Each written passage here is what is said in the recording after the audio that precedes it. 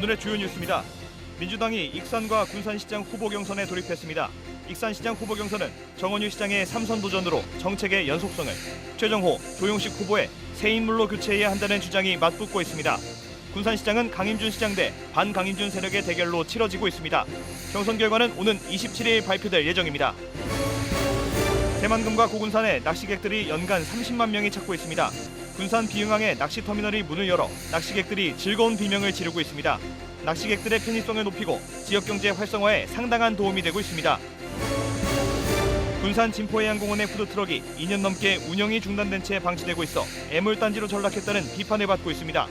사회적 거리두기가 해제된 만큼 활성화 방안을 서둘러 마련해야 한다는 지적입니다.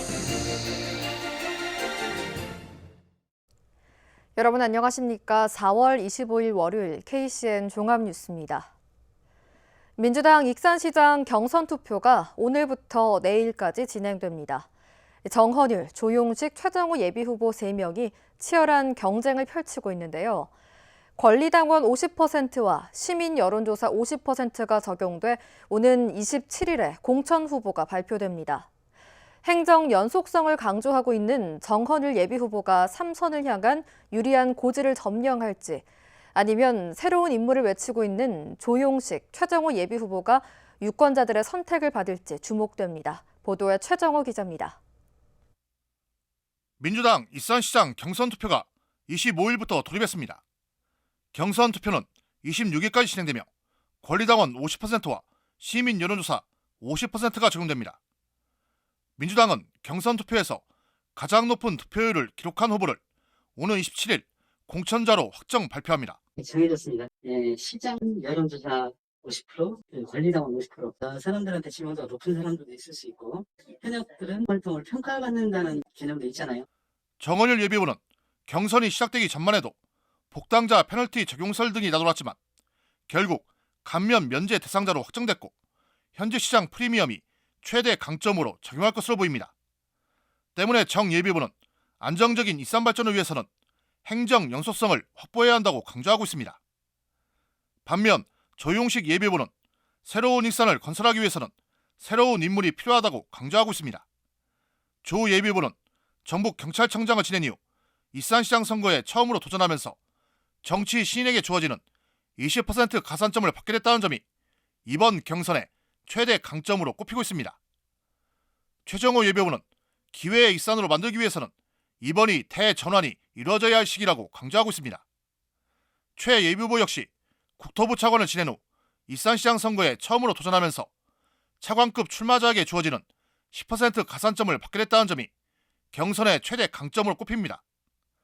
사실상 결승으로 이어지는 민주당 익산시장 경선은 다양한 관전 포인트가 있어 흥미롭습니다.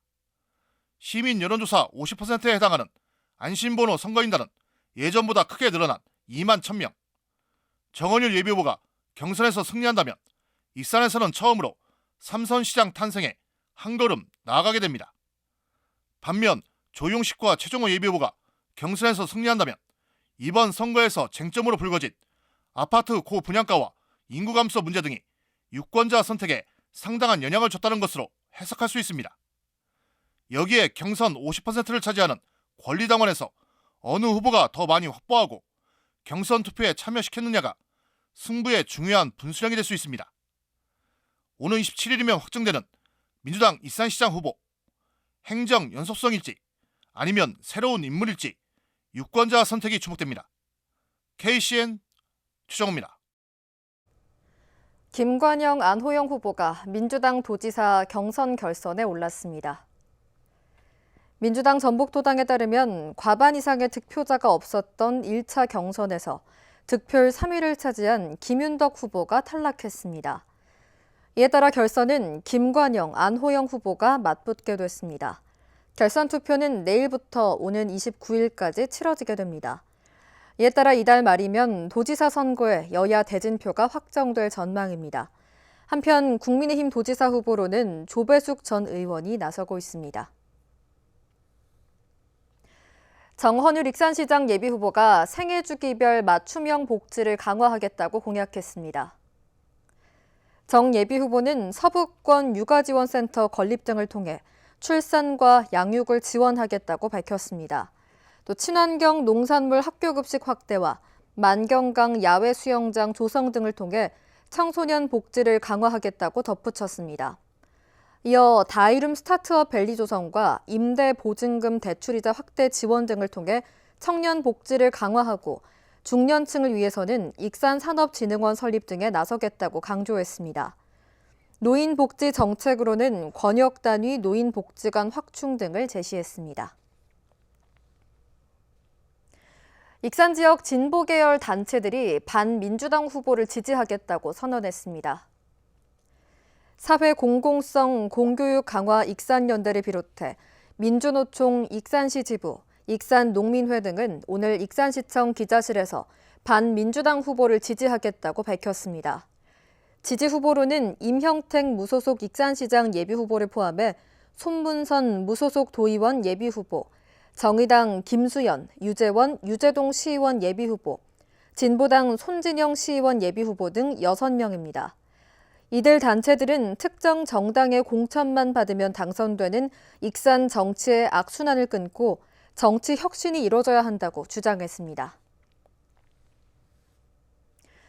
더불어민주당 군산시장 경선도 오늘부터 이틀 동안 진행됩니다.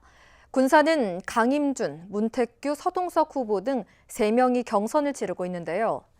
현역 프리미엄에 맞서 반강임준 세력이 총력전을 펼치는 등 막판 표심 잡기에 안간힘을 쓰고 있습니다. 모형숙 기자의 보도입니다. 더불어민주당 군산시장 경선이 본격화됐습니다. 민주당은 군산시장 경선 후보자 3명에 대한 여론조사에 들어갔습니다. 25일부터 이틀 동안 치러지는 경선 여론조사에 강임준, 문택규, 서동석 등 세 후보가 맞붙고 있습니다. 강임준 후보는 군산조선소 재가동에 물꼬를 트고 신재생 에너지 사업, 군산형 일자리 등을 창출하며 현직 프리미엄으로 재선 도전에 나섰습니다. 이에 맞서 문택규 후보는 40여 년 공직 생활을 통해 쌓은 전문성과 청렴도를 내세우며 인물교체를 외치고 있습니다. 강임준과 문택규 후보는 지난 2018년 이후 4년 만에 당내 경선에서 재격돌하게 됐습니다. 서동석 후보는 민주당에 복당한 뒤 첫 경선을 치르며 4번째 군산시장에 도전하고 있습니다. 문 후보는 박재만 전 도의원과 일찌감치 단일화를 선언하고 서동석 후보에게 함께할 것을 제안했지만 끝내 한 팀은 이루지 못했습니다. 사실상 반쪽짜리 단일화에 그치면서 강 후보를 추격하는 동력으로 힘을 받지 못하고 있다는 분석도 나옵니다. 우세를 점치며 굳히기에 나선 강임준 후보의 각종 의혹을 제기하며 막판 뒤집기에 사활을 걸고 나선 반강임준 세력. 어느 때보다도 네거티브와 고발이 난무하며 표심 잡기에 열을 올리고 있습니다. 민주당 후보는 권리당원과 일반 여론조사를 각각 50% 합산 방식으로 이루어지며 27일 결정될 것으로 보입니다. KCN 모영숙입니다. 오는 6월 지방선거 민주당 시의원 비례대표 후보자로 군산에서 모두 6명이 신청했습니다. 더불어민주당 전북도당은 지난 15일부터 일주일 동안 후보자를 공모한 결과 고경숙, 고지현, 김효신, 박영심, 양세용, 이연화 등 6명이 신청했습니다. 도당은 내일 면접을 진행하며 상무위원들의 투표를 통해 후보자 순위를 결정할 예정입니다. 비례대표 후보 순위는 당규에 따라 순위의 홀수에는 여성을 선정하고 동수의 득표를 할 때에는 연장자 순으로 정할 방침입니다. 군산의 한 청년이 대한민국 헌정사상 최연소 도의원 비례대표 도전에 나섰습니다. 만 19세인 박성윤 씨는 민주당 도의회 비례대표에 출마를 선언했습니다. 박 후보는 군산고를 졸업하고 서울예술대를 휴학 중에 있으며 노무현 재간 12기 장학생과 대통령 직속 국가균형발전위원회 국민소통특별위원 등을 맡는 등 청년 정책 전문가입니다. 한편 이번 민주당 도의원 비례대표 후보에는 박성윤을 비롯해 모두 11명이 신청한 상태입니다. 안호영 민주당 도지사 경선 후보가 자영업자와 소상공인에게 활력 자금을 지원하겠다고 공약했습니다. 안 후보는 오늘 도의회에서 기자회견을 갖고 소상공인과 자영업자에게 정부의 손실보상금 외 추가적으로 활력자금을 지원하겠다고 밝혔습니다. 또 전체 도민에게는 일상회복지원금으로 지역화폐 10만 원씩을 지급하겠다고 덧붙였습니다. 이 외에도 내3 지킴이 연대 안전기금을 조성해 재난 발생 시 대응하겠다고 강조했습니다. 조배수 국민의힘 도지사 후보가 자신의 정치적 고향인 익산을 찾아 지지를 호소했습니다. 조 후보는 오늘 익산시청 기자실에서 기자 간담회를 가졌습니다. 이 자리에서 자신이 당선된다면 푸드테크 R&D 허브 조성과 국제농식품 비즈니스센터 유치 등 국가식품클러스터 연계 사업을 추진하겠다고 약속했습니다. 또 서부내륙 고속도로 평택 익산 구간의 조기 착공에 노력하겠다고 덧붙였습니다. 군산 비흥항은 낚시객들이 자주 찾는 출조지 중 하나입니다. 해마다 30만 명 넘게 낚시객들이 찾으면서 편의시설에 대한 수요가 증가하고 있었는데요. 지난 9일부터 비흥항 낚시터미널이 운영되면서 낚시객들의 편의를 높이고 또 지역 상권 활성화에 보탬이 될 것으로 보입니다. 이승원 기자가 취재했습니다. 군산 비흥항, 성수기에는 하루 평균 2,500명, 해마다 30만 명이 넘는 낚시객들이 찾을 정도로 인기가 높습니다. 하지만 낚시배 접안 시설과 주차 공간 등 편의 시설이 부족해 그동안 많은 낚시객들을 받으면서 불편함을 겪었습니다.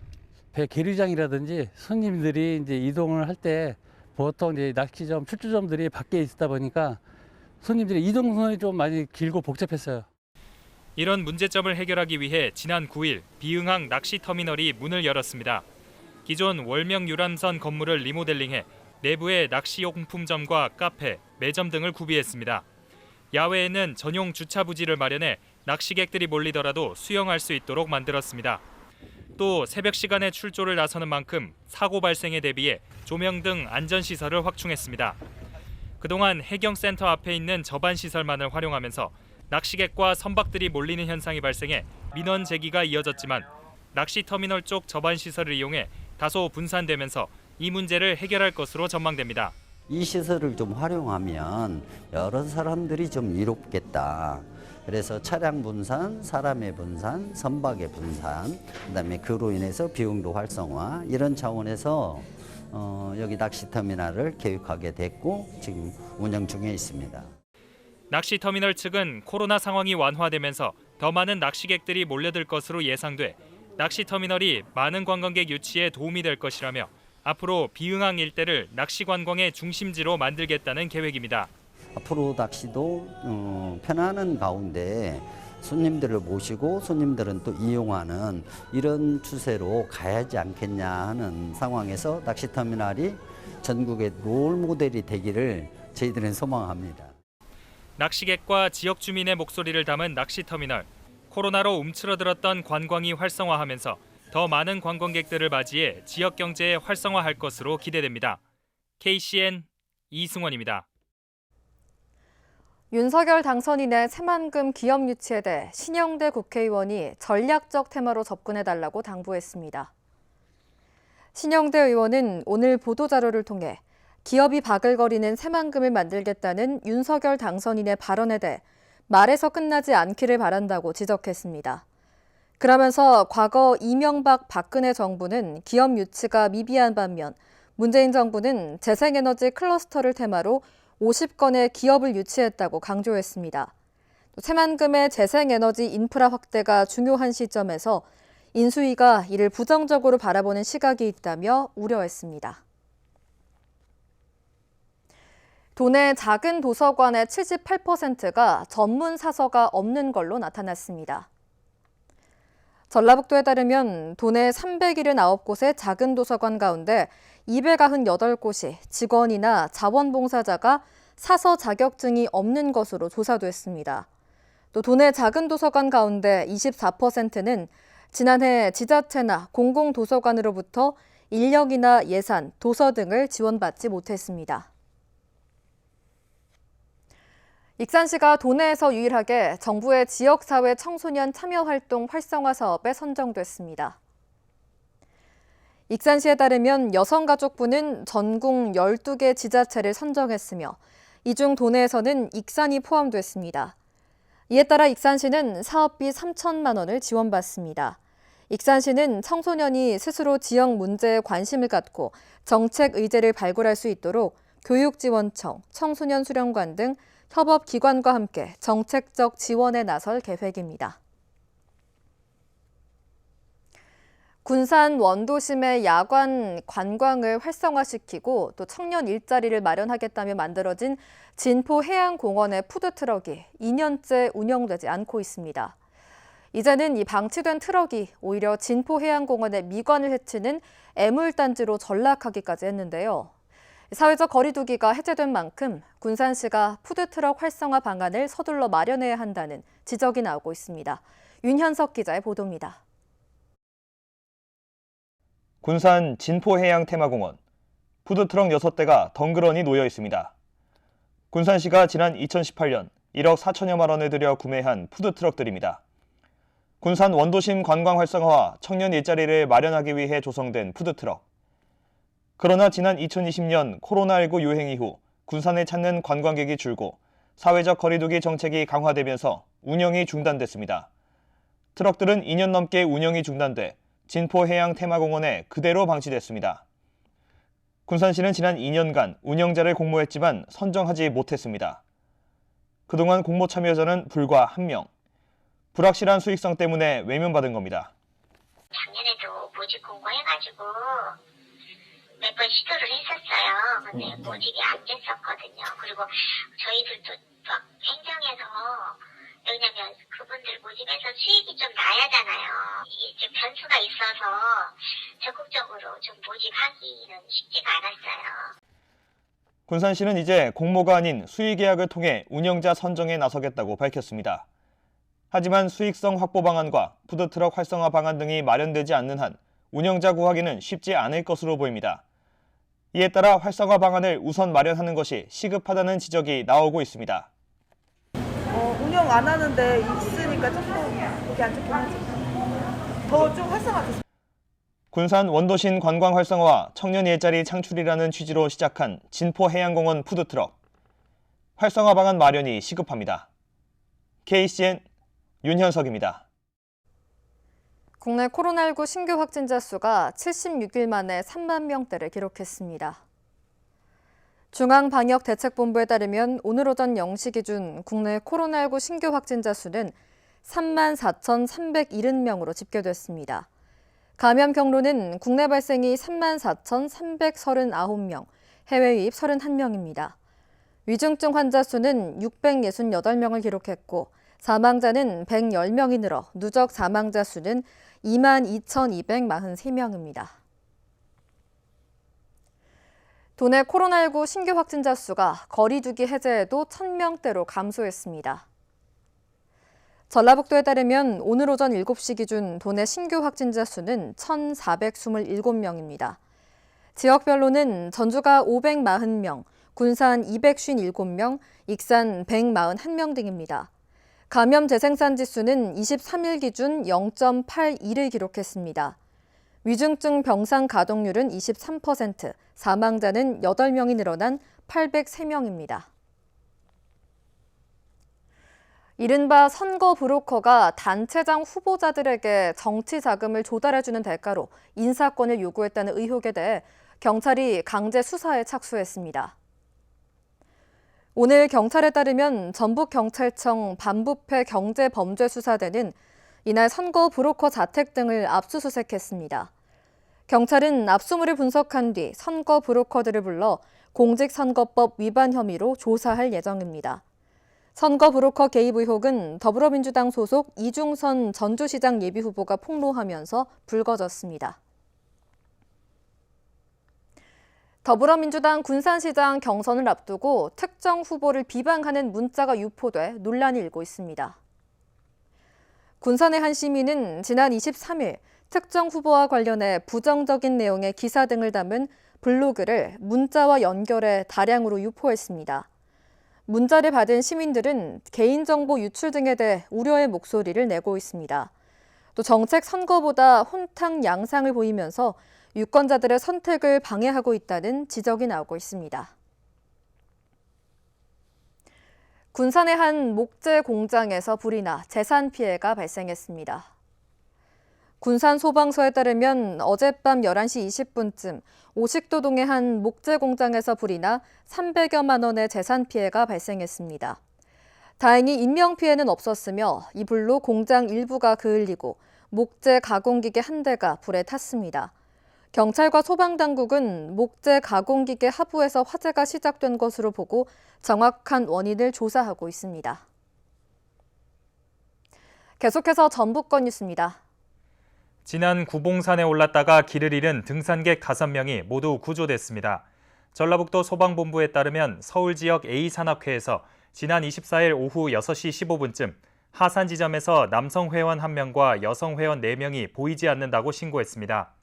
소방당국은 구조대원 11명을 투입해 수색을 시작한 지 2시간 40분 만에 이들을 모두 구조했습니다. 이들은 산행 중 길을 잃었고 일부는 탈수 증상이 있었지만 건강에는 큰 이상이 없어 귀가 조치됐습니다. 전라북도가 재해 위험 지역 126곳을 정비합니다. 이를 위해 정비 예산 1,320억 원을 투입하기로 했습니다. 세부적인 사업 내역을 보면 풍수의 생활권 종합정비 235억 원, 재해 위험지구 개선 정비 626억 원, 저수지 정비 162억 원, 붕괴 위험지역 정비 188억 원, 조기경보 시스템 구축 109억 원 등입니다. 지난 2019년과 비교하면 정비 예산은 64%가 늘었습니다. 도내 버스 파업을 결정할 노사 간 막판 협상이 진행되고 있습니다. 전라북도에 따르면 전북버스운송사업조합에서 전북자동차 노동조합과 시내 농어촌 버스 업체, 전북지방노동위원회가 노동쟁의 2차 조정회의에 들어갔습니다. 노조는 코로나19 사태 장기화로 2년 연속 급여가 동결됐다며 임금 8.5% 인상과 근무 여건 개선 등을 요구하고 있습니다. 반면 사측은 마찬가지 이유로 운송 수입이 줄었다면서 노조의 요구를 받아들이기 어렵다고 맞서고 있습니다. 지금까지 전북권 뉴스 이승원입니다. 익산시가 아이돌봄 서비스 본인 부담금 지원 대상과 액수를 확대합니다. 시는 아이돌봄 서비스 지원 조례를 개정하고 본인 부담금을 하반기부터 첫째아는 기존 50%에서 70%로, 둘째아 이상은 70%에서 전액 지원으로 확대할 예정입니다. 또 전국 최초로 결혼 이민자 가정의 경우 아이돌봄 서비스 본인 부담금을 지원받을 수 있도록 할 방침입니다. 아이돌봄 지원 서비스는 맞벌이 등으로 양육 공백이 발생한 가정에 아이 돌보미가 직접 방문해 돌봄을 지원하는 양육 지원 정책입니다. 익산시가 위기 청소년을 위한 안전망을 구축합니다. 시는 청소년 상담복지센터와 함께 고위기 청소년 맞춤형 프로그램을 운영할 방침입니다. 고위기 청소년 맞춤형 프로그램은 재난과 자살, 자해, 폭행 피해, 사망사고 등 심리적 외상을 유발할 수 있는 사건을 경험한 고위기 청소년들의 회복을 돕는 것으로 의료기관을 통한 심리적 안정화와 치료비 등이 지원됩니다. 미성동 주민센터가 오늘부터 신청사에서 새롭게 출발합니다. 신청사는 기존 청사 맞은편에 지난 14일 준공을 마치고 이전했습니다. 연면적 1,452제곱미터, 지상 3층 규모로 문턱 낮춤과 동선 공간 확보, 장애인 전용 화장실 설치 등 장애인 편의시설을 확충했습니다. 주민센터는 기존 청사가 낡고 협소해 주민들이 불편을 겪었다면서 새 청사에서 보다 향상된 행정 서비스를 제공하겠다고 밝혔습니다. KCN 금강방송의 올해 2분기 지역채널 심의위원회를 오늘 열었습니다. KCN 금강방송 3층 컨퍼런스룸에서 열렸으며 심의위원들은 지방선거를 맞아 정확한 선거 보도를 강화해 줄 것을 주문했습니다. 특히 관심이 많은 시장선거 외에도 도의원과 시의원 선거에 대한 정확한 정보 전달이 필요하다고 덧붙였습니다. 이어서 우리 동네 소식입니다.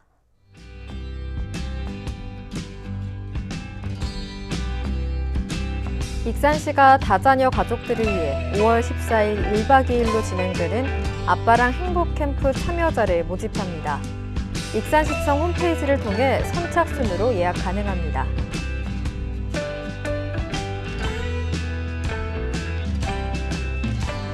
익산 황등면 소재 황등신협이 행정복지센터에 식료품이 담긴 선물 세트 50박스를 기탁했습니다. 이날 기탁된 물품은 관내 저소득 홀몸노인 가구에 전달될 예정입니다.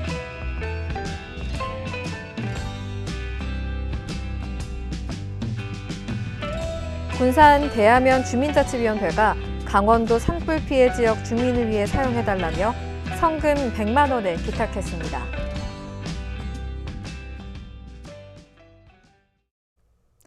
다음은 내일의 날씨입니다.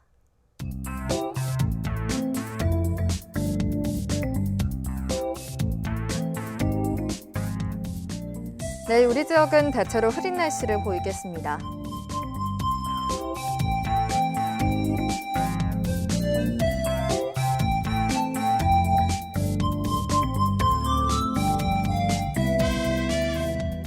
내일 도내 최저기온은 14도, 최고기온은 22도로 예상됩니다.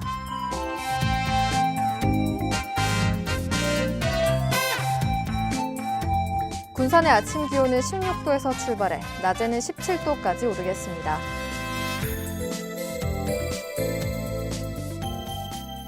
익산은 17도에서 19도의 기온 분포를 보이겠습니다.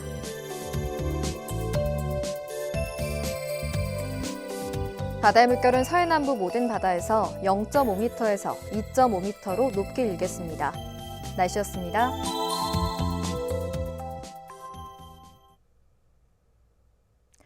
이상으로 KCN 종합뉴스를 마칩니다. 정확한 보도로 늘 함께하겠습니다. 시청해주신 여러분 고맙습니다.